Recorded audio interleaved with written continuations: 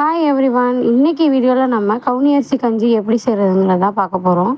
அதுக்கு முதல்ல கவுனி அரிசி நான் 1/2 கிலோ கவுனி அரிசியை நல்லா அலசி கழுவி ஒரு துணியில் வேடு கட்டி அதை மறுபடியும் எடுத்து காய வச்சு எடுத்துருக்கோம். அதாவது நீங்கள் காலையில் அலசுறீங்கன்னா அதை அப்படியே ஒரு துணியில் கட்டி வச்சிடணும். சாயங்காலமாக நல்லா தண்ணிலாம் வடிஞ்சு அது கொஞ்சம் ஊறியும் வந்திருக்கும், அப்படி எடுக்கணும்.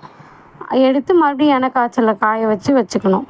நாங்கள் எங்களுக்கு தேவையானப்போல்லாம் கொஞ்சம் கொஞ்சம் போட்டு லைட்டாக வறுத்துட்டு சட்டியில் போட்டு வறுத்துட்டு, அதாவது அது பொன்னிறம் ஆகணும் அதெல்லாம் கிடையாது, கொஞ்சம் அந்த ஈரப்பதம் போகிறதுக்காக சட்டியில் போட்டு வறுக்கணும்.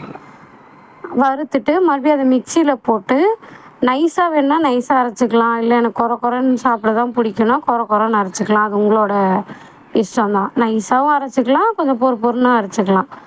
அப்புறம் ஒரு சட்டியில் சுடுதண்ணி வச்சு அந்த சுடுதண்ணி நல்லா கொதிக்கையில் இன்னொரு சட்டியில் இந்த பவுடரை போட்டு தண்ணியில் கலக்கணும்.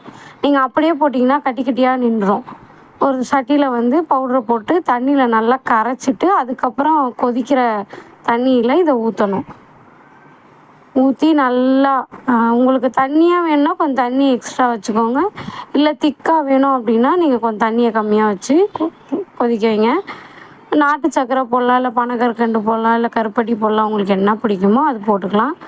தேங்காய் பால், கொஞ்சோண்டு உப்பு அந்த ஃப்ளேவர் என்ஹான்ஸ் பண்ணுறதுக்கு. அவ்வளோதான், நம்மளுடைய கவுனி அரிசி கஞ்சி ரெடி. தேங்க்யூ. பாய் பாய்.